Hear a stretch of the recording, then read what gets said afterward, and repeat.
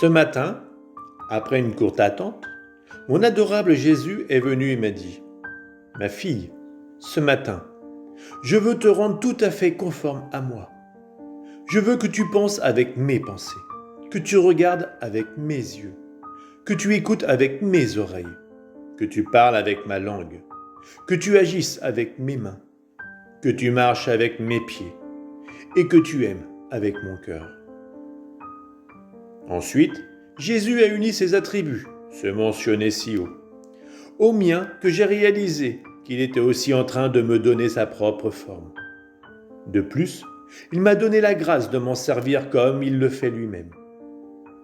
Puis il a dit : « Je déverse de grandes grâces en toi, garde-les bien. » Je répondis : « Étant rempli de tant de misère, j'ai bien peur, ô mon bien-aimé Jésus, de faire un mauvais usage de tes grâces.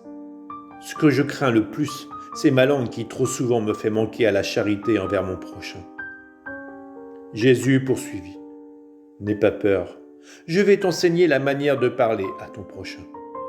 Premièrement, lorsqu'on te raconte quelque chose sur ton prochain, interroge-toi et vois si tu n'es pas toi-même coupable de ce défaut, car dans ce cas, vouloir corriger ton prochain serait le scandaliser et m'indigner moi-même.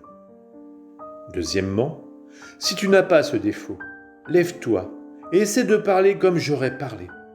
De cette façon, tu parleras avec ma propre langue, et ainsi, tu ne manqueras pas à la charité. Au contraire, par tes paroles, tu feras du bien à ton prochain et à toi-même, et tu me rendras honneur et gloire. » Il s'est encore manifesté ce matin, mais brièvement, en menaçant encore d'envoyer des châtiments. Alors que je m'employais à l'apaiser, il s'est éloigné aussi vite que l'éclair. La dernière fois qu'il est venu, il s'est montré crucifié. Je me suis placé près de lui pour baiser ses plaies très saintes, faisant des actes d'adoration, quand soudain, au lieu de voir Jésus, c'est ma propre forme que j'ai aperçue. J'étais très surprise et j'ai dit : « Seigneur, qu'est-ce qui se passe ?